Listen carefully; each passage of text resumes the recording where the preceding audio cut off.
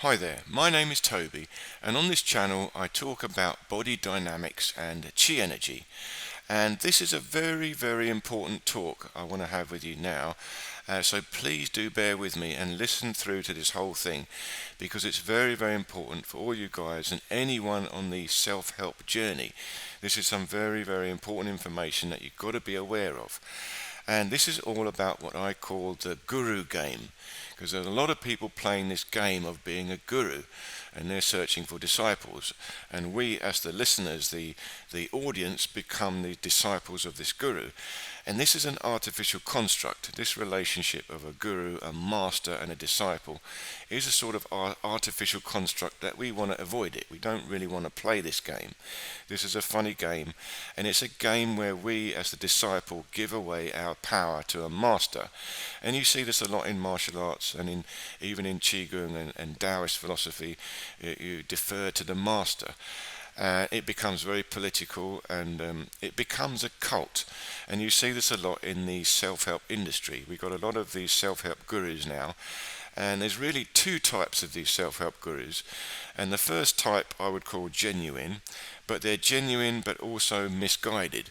So they become very excited, they've done a lot of work on themselves and they've benefited themselves, and they get excited and want to share it with people. And in a way, I'm in that category as well. I'm in that category. I've done a lot of work on myself, and I've got excited, and I realise I've got a lot of interesting information and I want to share it. But it doesn't necessarily mean that I am doing everything I say. So you've got to take, even me, you've got to take everything I say with a big pinch of salt, because I don't want to play this guru game. And there's another type of these gurus which is more insidious. And these gurus are ones that are literally looking at this as a business. So they simply are spouting out things in order to create a following and make some money, and they really don't care about the well-being of their followers. They just want followers and continuous followers to make an income. And these guys you've got to watch out for. You don't want to be associated with these guys. And they may also be saying things that are real, things that are true, but you see, the best lie is 90% truth.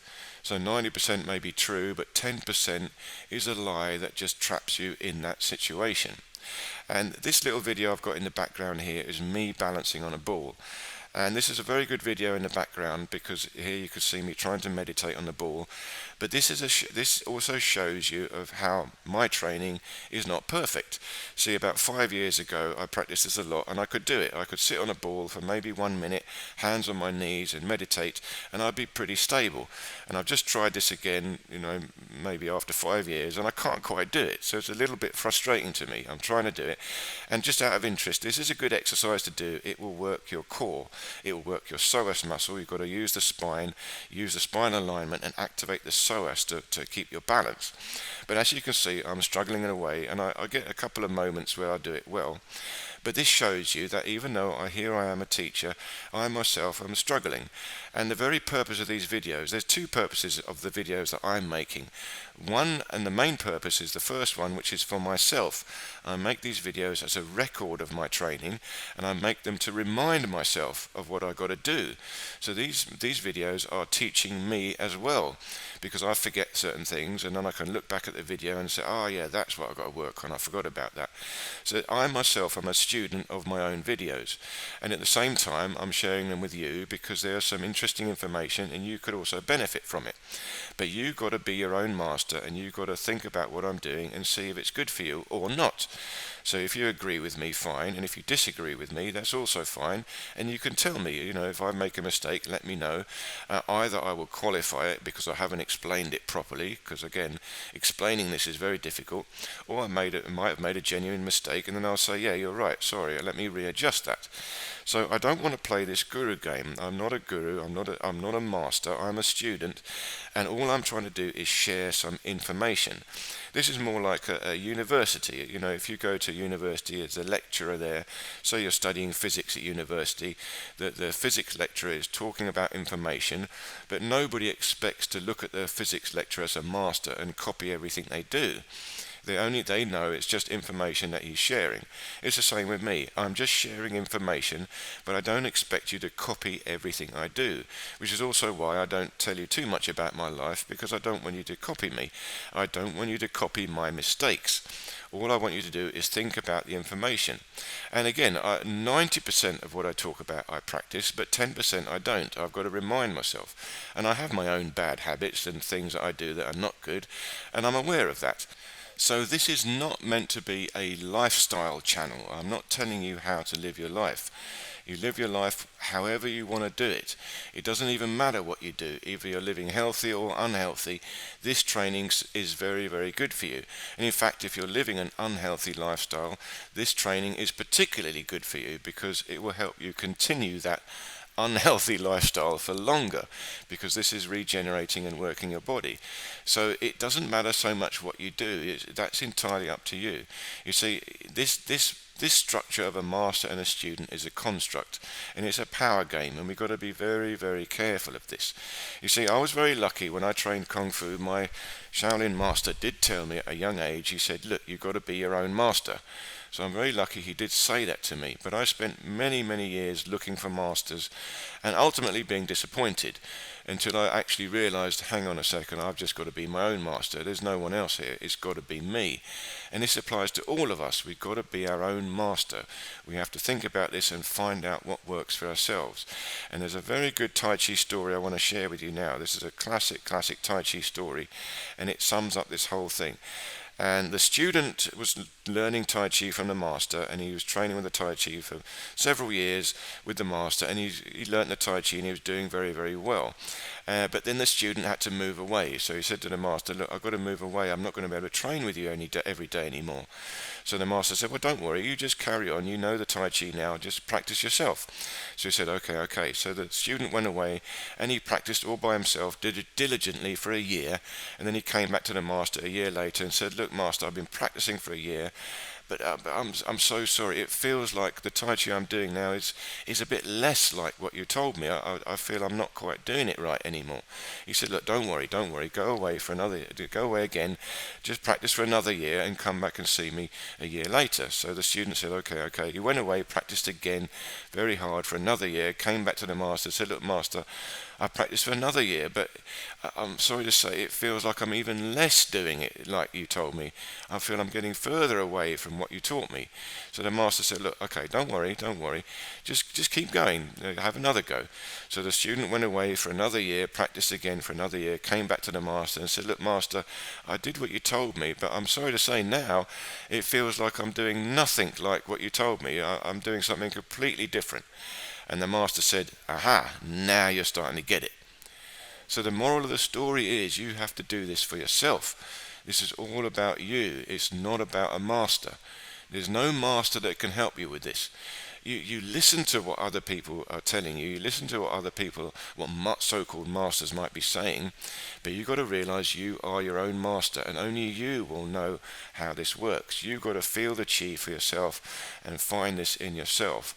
And this means an internal study, an internal practice. You've got to find your own connection to the chi. And the ultimate lessons, the ultimate learning from the chi comes direct. If you can build up this connection to the chi, you can quite literally absorb wisdom directly. You can teach yourself directly. If you have questions, you have problems, practice your chi, ask the question, and the answer will eventually come to you directly. And you can research, listen to what everyone else is saying, study and look at it and find out different things, but ultimately only you yourself will know this. And it's very, very important, because this guru game is really building up cults. And a cult system is a power structure between humans, and we don't want to get involved in that cult structure. We don't want to be a cult follower, and we most certainly do not want to be a cult leader, because even a cult leader is terribly, terribly trapped. They're trapped in their position now. and that is limiting their own growth. So me here as a teacher sharing this, I don't want to be trapped in that position, because that will limit me as well as limiting you. So we want to move towards becoming our own master and our own student. So we are studying directly from the Qi. And I'll give you another example of this story like this. There's an old Kung Fu movie called Snake in the Monkey's Shadow. A classic old Kung Fu movie. Thoroughly recommend it if you can watch it. I studied this movie years and years, a long time ago. And in there, the monkey Kung Fu master, he lives in a forest, and a student came to him and says, wants to learn Kung Fu. And the master says to him, listen, well, you've got to learn from my master. He says, okay, you've got to come and bow to my master. Says she, okay, I'm going to meet his master. And then the master takes him out back, and there's a monkey. He goes, there's my master. It's a monkey. Bow to my master. So the student, I've got to bow to a monkey. Yeah, that's my master. So the master is learning directly from nature. His master was the monkey himself. So this tells you what this is all about. This tells you what it's all about. So be wary of these self-help gurus. Watch out for them. Some of them, even though they may have good intentions, they may not fully understand what's going on, and they're just getting excited. So you've got to take them with a pinch of salt. But some of them, it's very hard to tell. They are literally playing a game with you. This is just business. And they don't mind really what happens. They just want to have permanent students and a continuous income and get very, very rich off us guys, people like us who want to genuinely learn, and we get suckered in and follow them forevermore. And it actually limits us. It limits us. And you can see this again in no-touch Kung Fu. There's another thing. I'm going to make a video on no-touch Kung Fu in time. But if you look up at YouTube, no-touch Kung Fu, you'll see people doing Kung Fu, and they can throw you about without touching you. But mostly this fails. You look up no-touch Kung Fu fails, and you see how it fails. It only works on their students, because their students have sort of been hypnotized by the master. They're under the spell of the master, and it works on them. If they try and do it on someone who is not their student, who is a skeptic, it just won't work. So we don't want to be one of these followers, one of these hypnotized followers.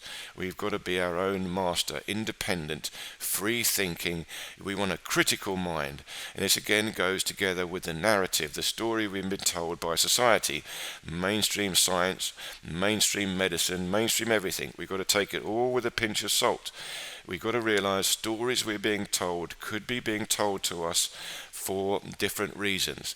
In other words, there could be a reason that we do not see, but it's actually to sucker us in and get us hooked so that we become willing disciples, willing followers. And most of us are willing disciples of the narrative that we've been given by society. And society is governed by very powerful individuals and corporations that we do not know, we do not see. And they, of course, got everything in mind for profit. And we, of course, are their willing disciples, paying them all our work, all our money, going to these big corporations, whereas we are at the bottom struggling along. So we don't want to play this game. We don't want to be slaves. As Bob Marley said, emancipate yourself from mental slavery. So this is a very important talk. I hope you managed to listen to the whole thing. Please do think about it and let me know any of your stories in the comments below if you agree with me or not. Okay, check out any of these other videos here, and I look forward to seeing you next time.